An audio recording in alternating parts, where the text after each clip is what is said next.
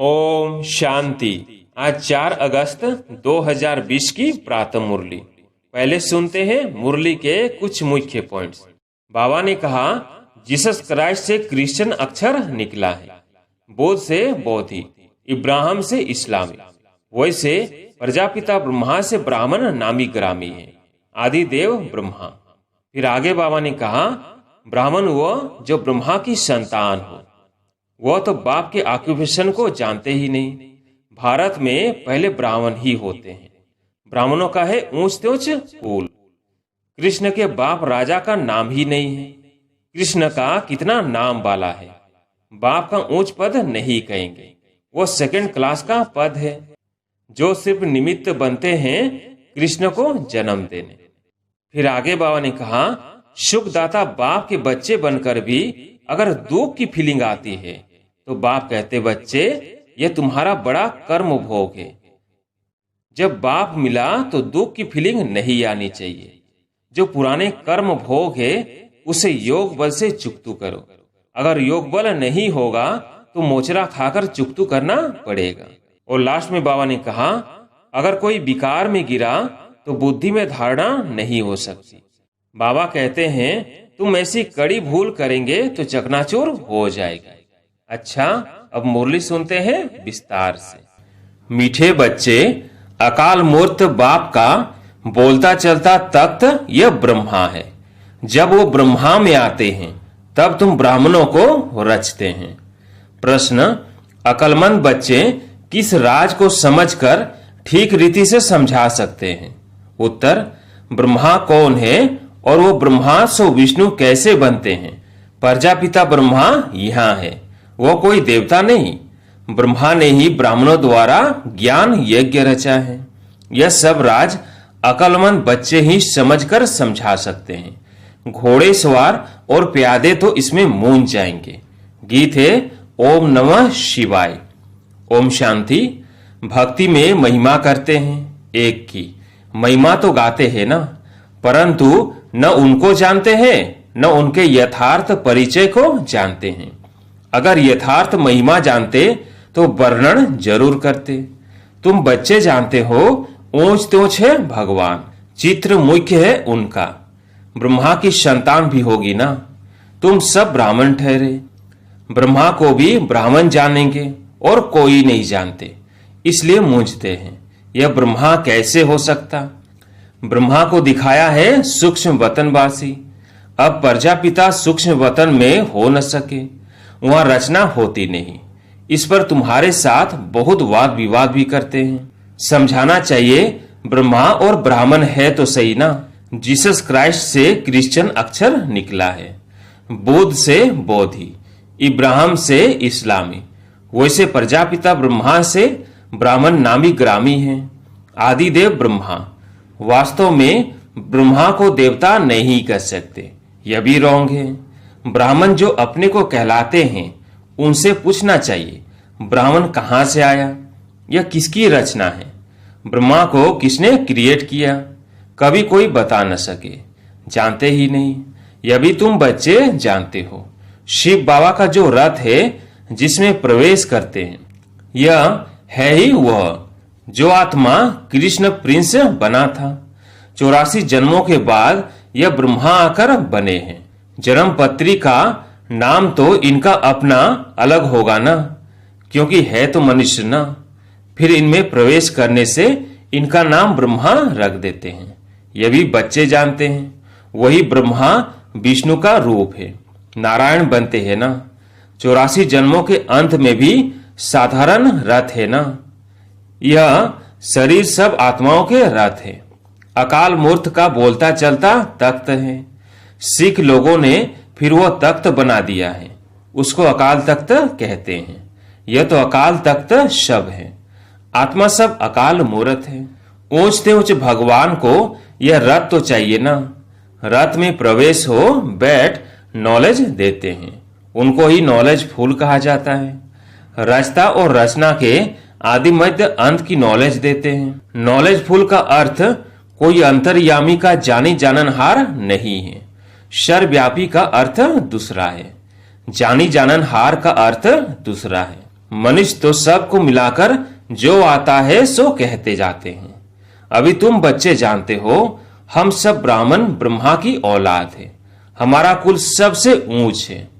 वो लोग देवताओं को ऊंच रखते हैं क्योंकि सतयुग आदि में देवता हुए हैं। प्रजापिता ब्रह्मा की औलाद ब्राह्मण होते हैं, यह कोई जानते नहीं सिवाय तुम बच्चों के। उनको पता भी कैसे पड़े, जबकि ब्रह्मा को सूक्ष्म वतन में समझ लेते हैं। वो जिस्मानी ब्राह्मण अलग है, जो पूजा करते हैं, धामा खाते हैं। तुम तो धामा आदि नहीं खाते हो। ब्रह्मा का राज अभी अच्छी रीति समझाना पड़ता है। बोलो और बातों को छोड़, बाप जिससे पति से पावन बनना है, पहले उनको तो याद करो, फिर यह बातें भी समझ जाएंगे। थोड़ी बात में संशय पड़ने से बाप को ही छोड़ देते हैं। पहली मुख्य बात है अलग और बे। बाप कहते हैं मामे कम याद करो। मैं जरूर किस्में तो आऊंगा ना, उनका नाम भी होना चाहिए। उनको आकर रचता हूं। ब्रह्मा के लिए तुमको समझाने का बहुत अकल चाहिए। प्यादे घोड़े सवार मूंझ पड़ते हैं, अवस्था अनुसार समझाते हैं ना। प्रजापिता ब्रह्मा तो यहाँ है। ब्राह्मणों द्वारा ज्ञान यज्ञ रचते हैं, तो जरूर ब्राह्मण ही चाहिए ना। प्रजापिता ब्रह्मा भी यहाँ चाहिए, जिससे ब्राह्मण हो। ब्राह्मण लोग कहते भी हैं हम ब्रह्मा की संतान हैं। समझते हैं परंपरा से हमारा कुल चला आता है, परंतु ब्रह्मा कब था वो पता नहीं है। अभी तुम ब्राह्मण हो। ब्राह्मण वो जो ब्रह्मा की संतान हो। वो तो बाप के ऑक्यूपेशन को जानते ही नहीं। भारत में पहले ब्राह्मण ही होते हैं। ब्राह्मणों का है ऊंच से ऊंच कुल। वो ब्राह्मण भी समझते हैं हमारा कुल जरूर ब्रह्मा से ही निकला होगा, परंतु कैसे कब वह वर्णन नहीं कर सकते। तुम समझते हो प्रजापिता ब्रह्मा ही ब्राह्मणों को रचते हैं, जिन ब्राह्मणों को ही फिर देवता बनना है। ब्राह्मणों को आकर बाप पढ़ाते हैं। ब्राह्मणों की भी डिनास्टी नहीं है, ब्राह्मणों का कुल है। डिनास्टी तब कहा जाए जब राजा रानी बने, जैसे सूर्यवंशी डिनास्टी।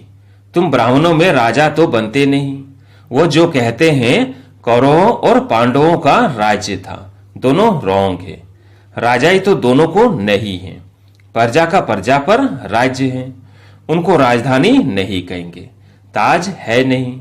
बाबा ने समझाया था पहले डबल सिरताज भारत में थे, फिर सिंगल ताज, इस समय तो 9 ताज। यह भी अच्छी रीति सिद्ध कर बताना है। जो बिल्कुल अच्छी धारणा वाला होगा वो अच्छी रीति समझा सकेंगे। ब्रह्मा पर ही जास्ती बात समझाने की होती है। विष्णु को भी नहीं जानते, यह भी समझाना होता है। वैकुंठ को विष्णुपुरी कहा जाता है, अर्थात लक्ष्मी नारायण का राज्य था। कृष्ण प्रिंस होगा तो कहेंगे ना हमारा बाबा राजा है। ऐसे नहीं कि कृष्ण का बाप राजा नहीं हो सकता। कृष्ण प्रिंस कहलाया जाता है तो जरूर राजा के पास जन्म हुआ है। शाहूकार पास जन्म ले तो प्रिंस थोड़ी कहलाएंगे। राजा के पद और साहूकार के पद में रात दिन का फर्क हो जाता है। कृष्ण के बाप राजा का नाम ही नहीं है। कृष्ण का कितना नाम वाला है। बाप का ऊंच पद नहीं कहेंगे, वो सेकंड क्लास का पद है जो सिर्फ निमित्त बनते हैं कृष्ण को जन्म देने। ऐसे नहीं कि कृष्ण की आत्मा से वो ऊंच पढ़ा हुआ है, नहीं, कृष्ण ही सो फिर नारायण बनते हैं। बाकी बाप का नाम ही गुम हो जाता है जरूर ब्राह्मण, परंतु पढ़ाई में कृष्ण से कम है। कृष्ण की आत्मा की पढ़ाई अपने बाप से ऊंच थी, तब तो इतना नाम होता है। कृष्ण का बाप कौन था यह जैसे किसको पता नहीं, आगे चल मालूम पड़ेगा। बनना तो यहां से ही है। राधे के भी माँ बाप तो होंगे ना, परंतु उनसे राधे का नाम जास्ती है क्योंकि माँ बाप कम पढ़े हुए हैं। राधे का नाम उनसे ऊंच हो जाता है। यह है डिटेल की बातें बच्चों को समझाने के लिए। सारा मदार पढ़ाई पर है। ब्रह्मा पर भी समझाने का अकल चाहिए। वही कृष्ण जो है उनकी आत्मा ही 84 जन्म भोगती है। तुम भी 84 जन्म लेते हो। सब इकट्ठे तो नहीं आएंगे।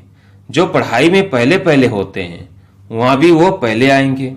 नंबर वार तो आते हैं ना। यह बड़ी महीन बातें हैं। कम बुद्धि वाले तो धारणा कर न सके। नंबर वार जाते हैं। तुम ट्रांसफर होते हो नंबर वार। कितनी बड़ी क्यू है जो पिछाड़ी में जाएंगी। नंबर वार अपने अपने स्थान पर जाकर निवास करेंगे। सबका स्थान बना हुआ है। यह बड़ा वंडरफुल खेल है, परंतु कोई समझते नहीं है। इनको कहा जाता है कांटों का जंगल। यह सब एक दो को दुख देते रहते हैं। वहां तो नेचुरल सुख है, यहां है आर्टिफिशियल सुख। रियल सुख एक बाप ही देने वाला है। यह है काग विष्टा के समान सुख। दिन प्रतिदिन तमो प्रधान बनते जाते हैं। कितना दुख है। कहते हैं बाबा माया के तूफान बहुत आते हैं, माया उलझा देती है, दुख की फीलिंग बहुत आती है। सुखदाता बाप के बच्चे बनकर भी अगर दुख की फीलिंग आती है तो बाप कहते बच्चे यह तुम्हारा बड़ा कर्म भोग है। जब बाप मिला तो दुख की फीलिंग नहीं आनी चाहिए। जो पुराने कर्म भोग है उसे योग बल से चुकतू करो। अगर योग बल नहीं होगा तो मोचरा खाकर चुकतू करना पड़ेगा। मोचरा और मानी तो अच्छा नहीं, सजा खाकर पद पाना अच्छा नहीं। पुरुषार्थ करना चाहिए, नहीं तो फिर ट्रिब्यूनल बैठती है। प्रजा तो ढेर है। यह तो ड्रामा अनुसार सब गर्भ जेल में बहुत सजाएं खाते हैं। आत्माएं भटकती भी बहुत है। कोई कोई आत्मा बहुत नुकसान करती है। जब कोई में अशुद्ध आत्मा का प्रवेश होता है तो कितना हैरान होते हैं। नई दुनिया में यह बातें होती नहीं। अभी तुम पुरुषार्थ करते हो हम नई दुनिया में जाए। वहां जाकर नए नए महल बनाने पड़ेंगे। राजाओं के पास जन्म लेते हो जैसे कृष्ण जन्म लेते हैं, परंतु इतने महल आदि सब पहले से थोड़ी होते हैं। वह तो फिर बनाने पड़े। कौन रचते हैं? जिनके पास जन्म लेते हैं। गाया हुआ भी है राजाओं के पास जन्म होता है। क्या होता है सो तो आगे चल देखना है। अभी थोड़ी बाबा बताएंगे, वो फिर आर्टिफिशियल नाटक हो जाए। इसलिए बताते कुछ भी नहीं है। ड्रामा में बताने की नोंद नहीं। बाप कहते हैं मैं भी पाठधारी हूं। आगे की बातें पहले से ही जानता होता तो बहुत कुछ बतलाता। बाबा अंतर्यामी होता तो पहले से बताता। बाप कहते हैं नहीं, ड्रामा में जो होता है उनको साक्षी हो देखते चलो और साथ साथ याद की यात्रा में मस्त रहो। इसमें ही फेल होते हैं। ज्ञान कभी कम जास्ती नहीं होता। याद की यात्रा ही कभी कम कभी जास्ती होती है। ज्ञान तो जो मिला है सो है ही। याद की यात्रा में कभी उमंग रहता है, कभी ढीला। नीचे ऊपर यात्रा होती है। ज्ञान में तुम सीढ़ी नहीं चढ़ते। ज्ञान को यात्रा नहीं कहा जाता। यात्रा है याद की। बाप कहते हैं याद में रहने से तुम सेफ्टी में रहेंगे।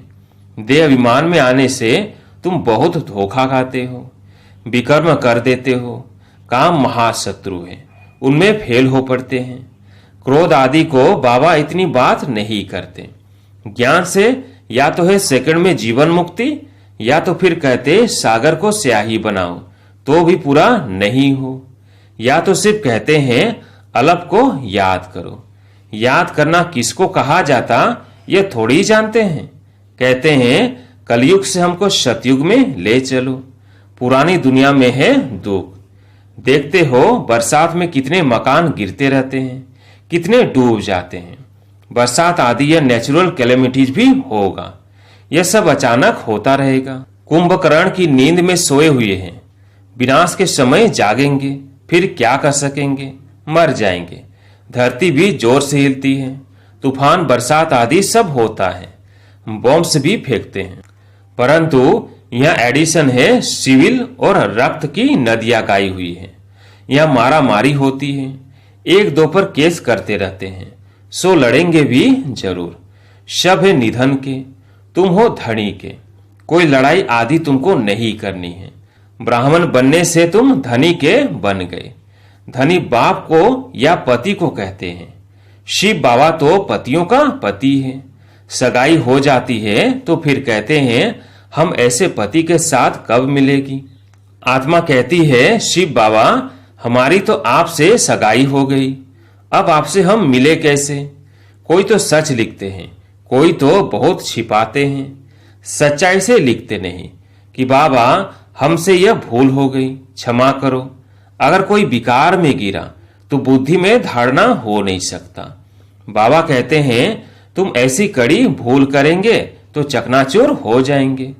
तुमको हम गोरा बनाने के लिए आए हैं, फिर तुम काला मुंह कैसे करते हो। भल स्वर्ग में आएंगे, पाए पैसे का पद पाएंगे, राजधानी स्थापन हो रही है ना। कोई तो हार खाकर जन्म जन्मांतर पद भ्रष्ट हो जाते हैं। कहेंगे बाप से तुम यह पद पाने आए हो, बाप इतना ऊंच बने, हम बच्चे फिर प्रजा थोड़ी बनेंगे। बाप गद्दी पर हो और बच्चा दास दासी बने, कितनी लज्जा की बात है। पिछाड़ी में तुमको सब साक्षात्कार होगा, फिर बहुत पछताएंगे। नायक ऐसा किया। सन्यासी भी ब्रह्मचर्य में रहते हैं तो भिखारी सब उनको माथा टेकते हैं।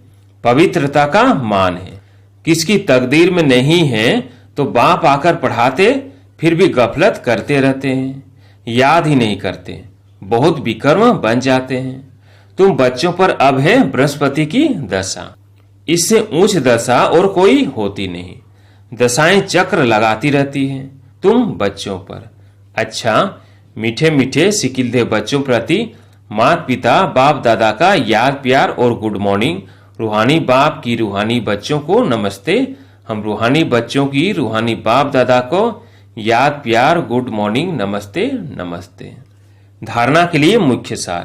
पहला, इस ड्रामा की हर सीन को साक्षी होकर देखना है। एक बाप की याद में मस्त रहना है। याद की यात्रा में कभी उमंग कम न हो। दूसरा, पढ़ाई में कभी गफलत नहीं करना। अपनी ऊंच तकदीर बनाने के लिए पवित्र जरूर बनना है। हार खाकर जन्म जन्मांतर के लिए पद भ्रष्ट नहीं करना है। आज प्यारे मीठे बाबा का वरदान है, मन मनाभव के महामंत्र द्वारा सर्व दुखों से पार रहने वाले सदा सुख स्वरूप भव। मन मनाभव के महामंत्र द्वारा सर्व दुखों से पार रहने वाले सदा सुख स्वरूप भव। जब किसी भी प्रकार का दुख आए तो मंत्र ले लो, जिससे दुख भाग जाएगा। स्वप्न में भी जरा भी दुख का अनुभव न हो। तन बीमार हो जाए, धन नीचे ऊपर हो जाए, कुछ भी हो, लेकिन दुख की लहर अंदर नहीं आनी चाहिए। जैसे सागर में लहरें आती है और चली जाती है, लेकिन जिन्हें उन लहरों में लहराना आता है वो उसमें सुख का अनुभव करते हैं। लहर को जंप देकर ऐसे क्रॉस करते हैं जैसे खेल कर रहे हैं। तो सागर के बच्चे सुख स्वरूप हो, दुख की लहर भी न आए। स्लोगन, हर संकल्प में दृढ़ता की विशेषता को प्रैक्टिकल में लाओ तो प्रत्यक्षता हो जाएगी। अच्छा, ओम शांति।